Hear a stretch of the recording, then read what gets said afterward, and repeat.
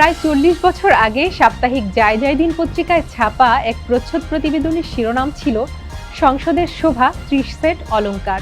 সংরক্ষিত নারী আসন নিয়ে এই প্রতিবেদনটি এতটাই আলোড়ন তুলেছিল যে রাষ্ট্র ক্ষমতা থেকে শুরু করে রাজপথ পর্যন্ত তোলপাড় হয়ে যায়।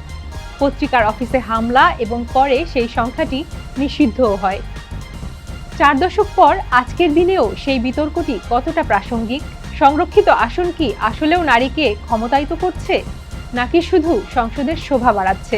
এই ভিডিওতে আমরা জানার চেষ্টা করব সংরক্ষিত নারী আসনের রাজনীতি নিয়ে। বাংলাদেশের ইতিহাসে সংরক্ষিত আসনের যাত্রা শুরু ১৯৭৩ সালে, মাত্র ১৫টি আসন দিয়ে। সেই সময় নারীদের মূলধারার রাজনীতিতে উৎসাহিত করতেই এই বিশেষ ব্যবস্থা রাখা হয়েছিল। ১৯৭৯ ও ১৯৮৬ সালে দ্বিতীয় ও তৃতীয় সংসদে এই সংখ্যা বেড়ে হয় ৩০।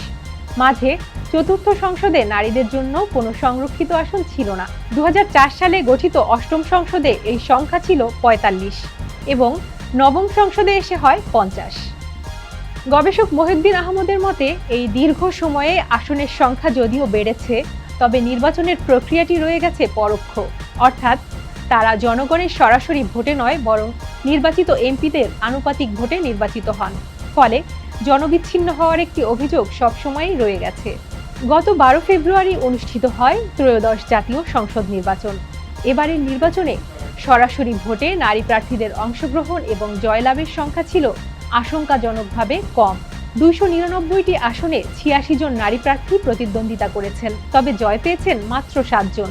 এর মধ্যে আবার ৬ জনই বিএনপির এবং ১ জন স্বতন্ত্র। এই পরিসংখ্যানই বলে দিচ্ছে সংরক্ষিত আসন ছাড়া সংসদের নারীর কণ্ঠ কতটা ক্ষীণ হতে পারে। ২০০৪ সালের আইন অনুযায়ী প্রতি ৬টি সাধারণ আসনের বিপরীতে একটি করে সংরক্ষিত নারী আসন বণ্টন করা হয়। সাধারণ নির্বাচনের ফল প্রকাশের গেজেট প্রকাশের ৯০ দিনের মধ্যে এই ৫০টি আসনে নির্বাচন সম্পন্ন করার আইনি বাধ্যবাধকতা রয়েছে। এবার চলুন মূল অঙ্কে আসা যাক। কোন দল কতটি আসন পাচ্ছে?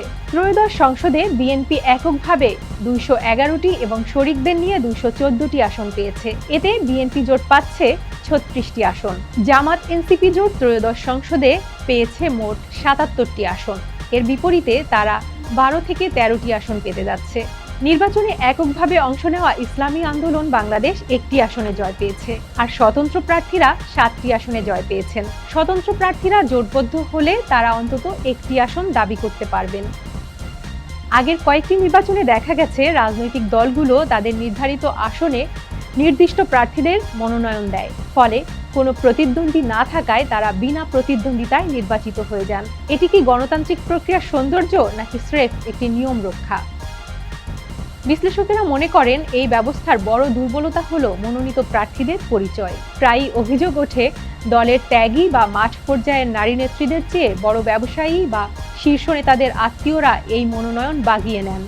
যতদিন নারীরা সরাসরি ভোটে জনগণের রায় নিয়ে সংসদে না আসবেন, ততদিন তাদের এই অবস্থানকে অলংকারিক বলার সুযোগ রয়েই যাবে, কারণ তাদের দায়বদ্ধতা জনগণের চেয়ে দলের প্রতি থাকে বেশি। সংরক্ষিত ৫০টি আসনে নির্বাচিতরা কি কেবল সংসদের শোভা হয়ে থাকবেন, নাকি এবার দেশের নীতি নির্ধারণীতে সত্যিকারের প্রভাব ফেলতে পারবেন? সেটিই এখন দেখার বিষয়। আপনাদের কি মনে হয়, নারী আসনে কি সরাসরি ভোট হওয়া উচিত? আপনার মতামত আমাদের কমেন্ট করে জানান।